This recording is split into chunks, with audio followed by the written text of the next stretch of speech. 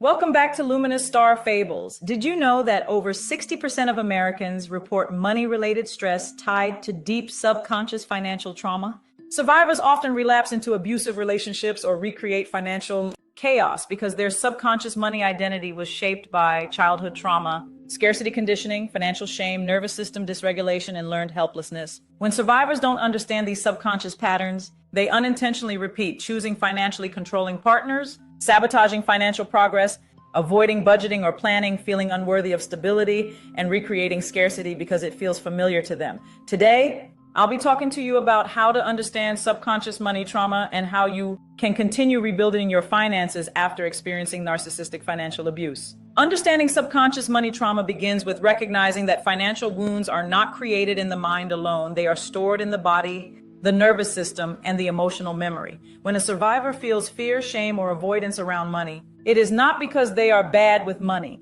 It is because their relationship with money was shaped during moments of survival, instability, or control. Trauma teaches the brain that money is unpredictable, dangerous, or tied to punishment. So, when a survivor freezes before checking their bank account, feels guilty buying something for themselves, or avoids financial decisions altogether, their nervous system is responding to old danger, not current reality. These reactions are trauma imprints, not personal failures. Childhood money wounds deepen these imprints. A child who grew up in a home where money was scarce, chaotic, or weaponized learns to associate money with fear, conflict, or shame. If money was used to control affection, punish mistakes, or create instability, the subconscious begins to believe that money is unsafe or that they are unworthy of financial stability. These early experiences shape adult financial choices: overspending to self-soothe, underspending out of guilt, avoiding financial conversations, or relying on others for financial decisions. Childhood money wounds become adult money patterns until they are consciously healed.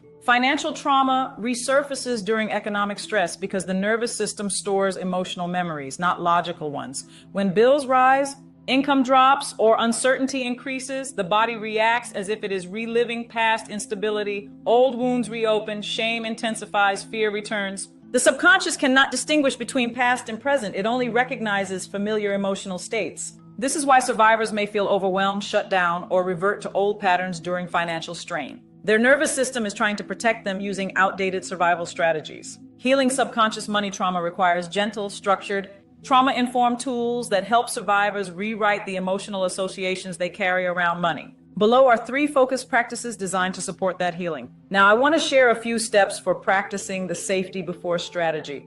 What I observed about this is that when this is practiced, it teaches the nervous system that money conversations can happen in a regulated state, meaning that you can learn how to have a discussion about money without becoming stuck, stressed, or feeling overwhelmed by that experience. Okay. First, sit in a comfortable position with your feet on the floor. Next, inhale slowly for 4 seconds, exhale for 6. Then, place your hand on your heart and say, "I am safe in this moment." It might seem silly, or you might feel silly practicing this, but another way to start practicing this exercise is by you identifying one small financial task, such as checking a balance or opening a bill. Set a timer for 1 minute. Complete only that one task, no more. Breathe again and acknowledge the completion. Repeat daily to build safety through consistency. This rewires the subconscious by pairing money with calm instead of fear. Here's another powerful way to create new emotional associations with money through small, positive experiences. First, choose a small, safe purchase like a notebook, a coffee, a budgeting app. Then, pair it with a learning moment such as reading 1 page, watching a 5-minute video like one of my videos. Say, "I am creating new money memories." If you notice any guilt or fear, do not judge it. Breathe deeply and allow the emotion to pass. The last step is to write down one thing you learned. Celebrate the completion. You can pace yourself and repeat weekly to build new neural pathways.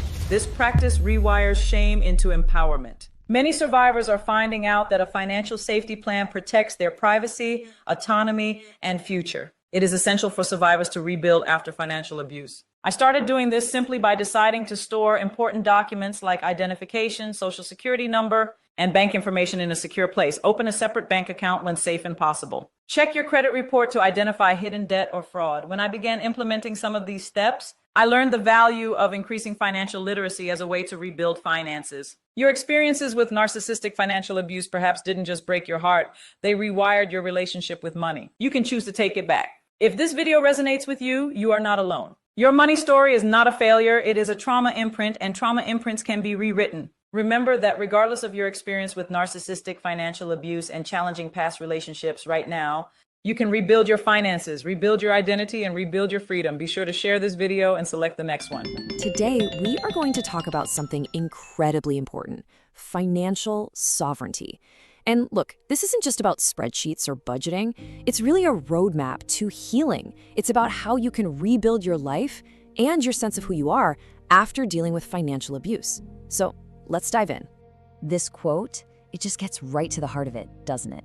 For anyone who's been through it, you know that money gets tangled up with so much emotional and psychological pain.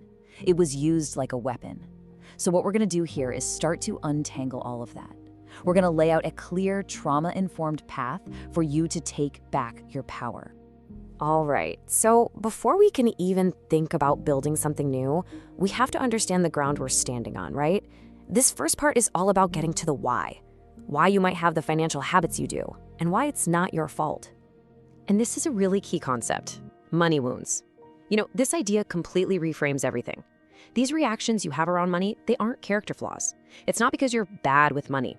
No, they are your brain's and your body's natural adaptations to a really unsafe situation. They were literally developed to protect you and help you survive. And this table here, it just lays out the connection so clearly. I mean, look at this. If you were constantly controlled, gaslit, told you couldn't handle things, well, that leads to this deep internalized shame, a feeling of being totally paralyzed when you have to make a financial decision. Or if you lived in constant chaos and instability, it makes perfect sense that your nervous system would react by either completely avoiding bills or maybe overspending just to get a brief moment of relief. See, it's all cause and effect. Let's just make this personal for a second. Does this question hit home for you? That feeling, maybe your heart starts racing or you just go numb, you completely shut down when it's time to deal with money? That is a classic trauma response. It's your body's alarm system signaling a threat because of everything you went through in the past. Okay, so that brings us to the most important first move, the first most crucial action you can take. We're gonna talk about creating a financial safety plan. And let me be clear, this is absolutely not optional. This is the foundation for everything else that's going to come. And here's why that's so important. You simply cannot begin to heal or rebuild if your mind and body are still on high alert, still in that fight or flight mode. Creating real, tangible safety, both physically and digitally, is what allows your nervous system to finally take a breath, to calm down. And that's what creates the space you need for clear thinking and for real healing to begin. So here are the actual steps. This isn't theoretical. It's a practical checklist to build that safety. Securing your communication means no one is tracking your research. Opening a new bank account, and this is key, with security questions an abuser could never, ever guess, gives you a protected space that is yours alone. Every single one of these steps is like laying another brick in the foundation of your new, secure life. So once that foundation of safety is there, the work starts to turn inward.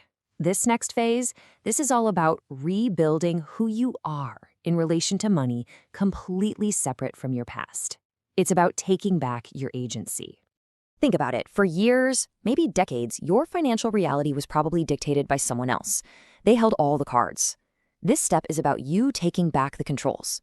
It's a huge, profound shift from being a passenger in your own financial life to getting firmly, and for good, into the driver's seat. Let's start with this declaration right here. A credit score that's been damaged by abuse can feel like this brand, this stamp of failure on you. This affirmation is such a powerful tool to separate your inherent value as a person from a number on a screen. It's just data. That's all it is. And data can be changed. It is not who you are. And we build on that with this next one. This is about drawing a hard line in the sand. All that manipulation, the gaslighting, the lies, that was them. That was their story. Your financial identity, starting right now, is yours. It's yours alone to define and build with clarity and with dignity. And this slide shows you exactly how to do that work. It's about catching that old toxic story that plays in your head, like I don't deserve security, and consciously, actively replacing it with a new truth. I have the right to clarity, safety, and dignity. This isn't just about positive thinking. It's about actively rewriting the code in your own mind. Okay, so we've put safety in place. We've started that critical internal work. So our final section here is going to focus on the long game. how we build a future that isn't just stable, but one that is truly, deeply sustainable for you. This right here, this is the entire framework. And you can see how it all fits together, right? We start with understanding what happened and creating safety. Then we move into identity and practical skills. And then we integrate the deeper work of healing and emotional regulation. It's a holistic approach where every single piece is essential for the whole structure to stand strong. And the engine that powers this entire journey is this philosophy right here. The urge can be to make these huge, drastic changes all at once, to fix everything overnight. But that can actually feel like the chaos of the past, and it can trigger a total shutdown. The real path to lasting independence is built one small, safe, and consistent step at a time. This affirmation can be your grounding tool, something you come back to every single day. It's a reminder that you are in charge now. You are the architect, and it gives you permission to be patient with yourself, reinforcing that every single small, safe step you take is a powerful act of reclaiming your safety and your dignity. And we're going to end with this, because this is both the goal and the truth of where you are now. It is a declaration of your capacity. It's a statement of your new reality, and it's a promise of the incredible future you are building for yourself. This, right here, is the very definition of financial sovereignty.